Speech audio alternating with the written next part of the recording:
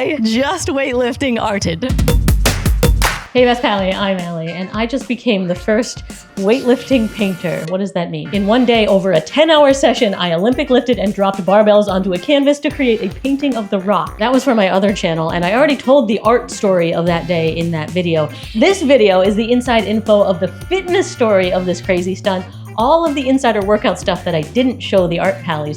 The ultimate crossover episode. I started off with huge goals for pushing myself to the max for this, and as we go through the journey of that 10-hour session, we're gonna track what lifts I hit, how many attempts I took, how many fails I had, my total weight lifted, and my total personal records. Yes, personal records while negotiating exploding paint. My initial plan was to do 4 different Olympic lifts. Kind of. 3 are definitely in the Olympics, and 1 is dangerous nonsense that I wanted to do to show off. We'll get to that. Side note, I am so excited that I can talk about this here because it was not showing off on my art channel. Nobody knew anything about the lifts and why what I pulled off was so difficult and triumphant for me. So thank you for being here, Fitness Outrageous Pally, so we can talk about it, you know, amongst ourselves. Actually, let's start with the idea behind why I invented weightlifting painting. So I'm consistently dropping barbells on this channel working on Olympic lifting, and all of that dropped energy is wasted. I should be using it to make art, right? Right, obviously. This was especially inspired by random actually commenters that see my shorts on this channel.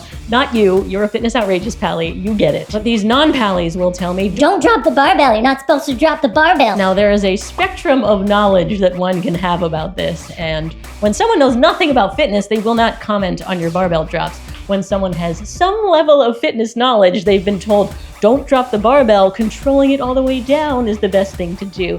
And then when someone really knows about fitness, they're aware that Olympic lifting is explosive and you're lifting the highest weight you're able to in competition. So dropping the weight for hypertrophy and controlling it is not the goal. And in fact, it's dangerous. So letting the weight go above your head is actually the best form. And what's funny is no one on my art channel said don't drop the barbell. Now, that fateful day was already a difficult start because I had to get up at 6:45. I shot the whole thing in slow motion, which means we need a lot of sunlight for the special camera that I rented to even work. I was trying to peak for this, but I was up till 2:30 a.m. prepping. So I only got 4 hours of sleep the night before my big performance day. I blew it. But otherwise, I was preparing a ton. I was practicing and failing all 4 lifts that I wanted to hit in the months leading up to the main event. So here we have my warm-up, lift 1, a power clean, 85 pounds. My camera guy, Chris, is also warming up because we're figuring out how to get the best paint splat look on camera. So this is going to add volume and reps to my workout. Take 2 on the power clean and splat. Take 3 on both of those again. Now this attempt, I'm adding 20 more pounds because we want to see what 2 sets of plates look like when hitting the balloons. And I had to do a full squat clean because getting heavy. Though that weight should not be heavy for me, so that's not a good sign. I'm already not performing well. And I failed hitting the balloon. No! So I gotta do this easy clean again, and I failed that. Uh-oh. This was a big part of the challenge. My driveway is far from flat, all screwy. I am used to lifting on a perfectly level wood platform, so the conditions were already set up to challenge me way more. Okay, I got the 105 and hit the balloon with an epic splat, so both my and Chris's warm-ups are now complete. Quick change into my competition uniform, and I want to call out Tier for sending me their incredible lifters. They didn't know that I was going to put them on my art channel to be utilized. They got absolutely destroyed. Except no, they still work and now they look even cooler. But if you are an Olympic lifter or just a regular lifter that wants to squat and bench like a power lifter, Tier is absolutely the shoes to have. I'm telling you this because I want you to perform at your best, and these shoes are awesome. Not because Tier even knows that I'm making this video either. They developed the first ever wide toe box lifting shoe that allows for ergonomic spreading of your toes like barefoot, but you still get the heel and the hard sole to get you as much power as possible up into the barbell. So it's really cool that I can still stay on my barefoot training game while lifting as much as I can. I made an entire video about their L1 lifters, so go check that out if you want a lot more info. And I will put a link in the description if you're interested in getting a pair, but they will not look as cool as this. You'll have to do your own weightlifting painting. Okay, then, it was time to attempt to execute the 4 specific lifts I planned with the weight amounts that are specifically extremely challenging to me. I said I warmed up, but that was me getting my heart rate going. going, and I still need to warm up each movement to get my brain feeling it correctly. Now I've got some plates on the bar, and at this point, I'm getting quite nervous. Then Chris said he wanted to film just me lifting in slow-mo before I got covered in paint, so we will blame this fail on the fact that I'm nervous about the thousands of dollar camera right in front of my barbell. Then Chris said a clean would look better from this angle, so now I have to mentally switch gears to a different movement. This is not going to help my performance, but it will help the art, so we're doing it. Okay, now Chris wants a clean and jerk, so again, mentally messing with me a couple of times to get it right. Now, switch my brain back to snatching again, and okay, that was better than I expected. 80 pounds, and now that's worse. You see me stretching here. I'm battling a hip injury, bafflingly from my art channel, not this channel. I spent 4 15-hour days hunched over working on my pop socket floor, so my right hip flexor was all screwed up from that, adding more challenge. Okay, we got 80 pounds, but we are reaching the edge of my abilities. For this specific lift, I want to be able to use the 25-pound weights because they are thicker and will make a better paint splat, which means I have to be able to snatch 85 pounds. I could do it a few times in my practice leading up to this, but not consistently, and that was under perfect conditions, unlike what I'm dealing with in front of this canvas. Okay, thick weights, here we go.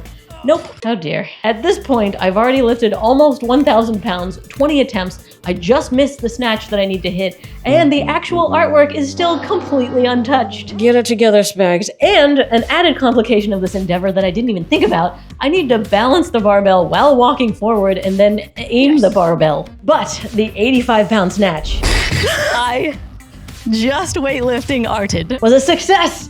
Plenty more lifts to go. Oh, I forgot. I cleaned up the barbell by cleaning it to walk it back into place, adding more volume to my workout. Now this is when I stupidly tried to get fancy with a lift that is so fancy, it doesn't even have a name. I saw this insane athlete Anton do it on Instagram. You start by snatching and then mid-air you switch to a clean grip. So you are releasing and throwing the barbell while it's above your head. It is bonkers. I should not do that. I'm still going to do that. Now I have to be able to do this weight with 75 pounds, 2 of the thin 10-pound plates on each side because you can't just drop one of the 10-pound plates alone. It will damage them. The problem is I have never been able to hit 75 pounds with this crazy nonsense lift, though I have definitely worked on it for months, even before I came up with this painting concept for the video. So I have to get a new personal record on camera right now. First warm-up is okay, but already off balance. A little heavier was better, and we got 65. Now we are on my previous personal record, the most I've ever lifted with this movement, and it is still 5 pounds less than I need today.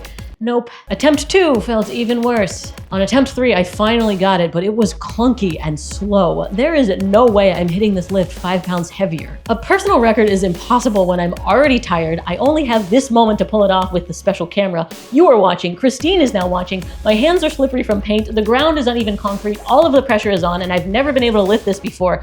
I'm not going to give up, but this is just going to be a bunch of attempts until I wear myself out completely. Oh my goodness. No way. I got the 75-pound switch grip lift on my first try. Ah! And I missed the paint balloon. But I got the PR. I can't believe that I did that. That moment especially is why I wanted to make this video for you, my fitness outrageous pally. I thought for sure I did not have it in me, and I watch it back and I see that I did it, and I still can't believe it. So I am thrilled to share that crazy PR with you. Who cares about the splatter painting? That PR felt like art, but I guess I should still finish the painting. So I set out to do it again, and nope. And that's when I realized. Weird that a fail would be just as effective. So after my triumphant personal record, I wasted energy doing an intentional fail, but the balloon explosion was a success. Definitely feeling my hip now, but it is time to move on because I have 2 more epic lifts to attempt and some curveballs I did not plan for. Like this moment, I had to call an audible. Since I missed a balloon even on my previous intentional fail, I knocked out a dumbbell snatch of 40 pounds to get that disobedient balloon destroyed. Now it is time for the big girl weights. I'm moving on to cleans, and I want to be able to one time smash the balloons with the biggest weights I own, 45-pound plates, which means I need to be able to clean 125 pounds. I currently weigh 120 pounds, so I need to lift more than my body weight from the ground to my shoulders in one movement. Now we're to 105, the weight that I fell backwards lifting in the warm-up. Feeling better this time though. Now I forgot to hit record on the next one, but I know I hit 115 because there it is on the barbell as I'm making sure the balloons are placed in the perfect spots. And there is no way that I jumped from 105 to my 125 challenge without practicing in between, so come on, I filmed a ton of lifts that day. If I missed one, don't judge me. And now, to get rid of all those dinky weights, because we are attempting our only lift with the big old fat ones. It does not help that the paint has now made its way onto my platform, making the ground slippery below me. But that is no excuse. That lift just sucked. I was exhausted at that point. Which, by the way, is a great time to talk about recovery. I've been using the Bob and Brad Q2 Pro mini massage gun, and it's really funny that it makes my voice wah. But it's not like any massage gun I've used before. It's got this heating and cooling head for bonus recovery. Push this for cold, and it gets cold immediately. That's 59 degrees, that is 50, and then 2 different strengths for heat as well. That goes to 104 degrees, and that is 113. I don't understand what's going on inside this little cylinder, but it is magic and cool. I mean, hot. My next video is a challenge where I'm working on handstands every day for 30 days straight, and it is destroying my shoulders and forearms. So this is awesomely targeted relief because I need to recover after a session because I'm definitely doing it again tomorrow. The heat can help stimulate blood flow and ease muscle aches, and the cold can reduce inflammation and help with pain relief. Pain from the fact that I've been holding myself upside down for like 45 minutes a day. Seriously, this video is turning out insane. You gotta stay tuned. What I especially like is that it's super small and super lightweight, 0.95 pounds. Should I add this to my total weight lifted? So I can take it anywhere because I have been training everywhere. So I can just throw it in my gym bag, whereas a lot of other massagers are too big and annoying. Speaking of annoying, can you hear that? It's barely anything, so I can recover without making people mad at me for my recovery ruckus. Go all the way up. Still really quiet. Even though it's doing 3,000 RPM right now, it's got 5 speeds, 5 other heads in case you want to do something other than the magical hot-cold cylinder. So if you want to try the Q2 Pro for yourself, check out the link in the description and get 10% off with my code. And now we are at the point in the story where I have to lift more than my body weight. But that amount is so taxing that I cannot fail any more of these or I will be screwed. So I fought really hard on this hideous lift and I got it. 125 pound clean at 120 pounds body weight, and nobody on my art channel called out my terrible form from being so exhausted, so I came to this channel to let you all do it instead. Then we had another difficult balloon refuse to be popped, so I had to call another audible and smash it with a ball, but only after 6 wall ball target misses and 1 final slam ball splat. At this point, the sun is now setting and I am getting cold wearing a sports bra and shorts and covered in wet paint, but I still have 1 more lift. Or so I thought. I now have to get as much weight as possible over my head, and this will be more than the snatch I hit on the first lift back when I was way less exhausted. I want to clean and split jerk 105 pounds because that means I'll be able to drop the thicker weight and the thinner weight and see them clank together and smash the paint balloons coming from as high as I can possibly get them. Remember the slippery ground? Yeah, this is a way bigger deal now that I have to jump into a lunge for this split jerk. Oh man. I am scared to split low. At this point, I'd like to mention that 1 metric ton equals 2,204.62 pounds. So after that lift, I have lifted in one day, figuratively and quite literally, a ton of weight. Now, I was really worried about slipping, but I did hit 100 pounds. And we are at 105 pounds, the massive amount I told myself and you, Pally, that I would put over my noggin. Well, I got the clean, and the jerk came back to being a clean. I'm exhausted. It's been a long day. Then I came up with the idea of sacrificing my landlord's concrete instead of my safety, so no more slippery tarp. And I still failed. Come on! This is now 50 lift attempts in one day, and I'm actually surprised it's only 22% of them that were fails. Okay, this is my last lift, and I have to get it. And I did! I got it! Yes! God. And it is not my last lift. Another difficult balloon, the final one. All right, let me just load up 250 onto the barbell. That was another audible. After lifting a ton, I decided the way to go out was to deadlift more than double my body weight as my final barbell drop. The one lift I did that day that will not be enhanced by a lifted heel, so I went barefoot. And 250 pounds went up surprisingly smooth, and the balloon contact was unsurprisingly unsmooth. No!